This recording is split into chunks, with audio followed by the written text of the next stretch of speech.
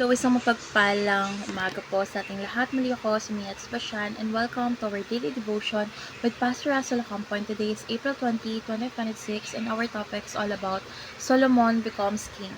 So, our scripture for today is all about 1 King chapter 1, verse 5, NIV version. Now, Adonai, whose mother was Hagit, put himself forward and said, I will be king. So he got chariots and horses ready with 50 men to run ahead of him. So, sa verse po na ito, makikita natin si Adonijah. He did not wait for God's appointment. Instead, he declared, I will be king. He gathered support, displayed power, and tried to position himself. But here's the truth. Self-promotion without God's approval leads to downfall.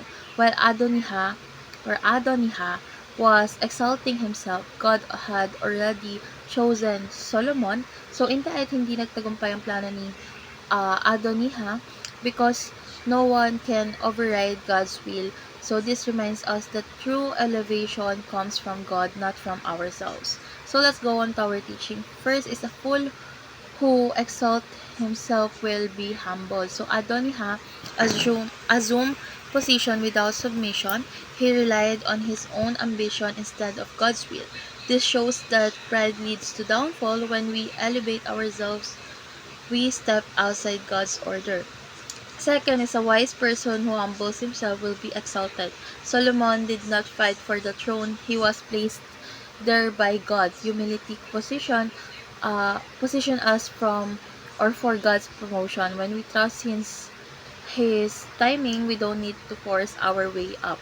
And last is God decides whose or whom he will position in power. So leadership and authority ultimately come from God. Hindi ito nakuha sa lakas, popularity o strategy, kundi sa divine appointment. So God's will cannot be replaced by human effort. So how do we respond? First is do not presume success. Instead, work humbly toward it. So wag nating pangunahan ng Diyos. Do our part with humility, but allow God to open doors in His time.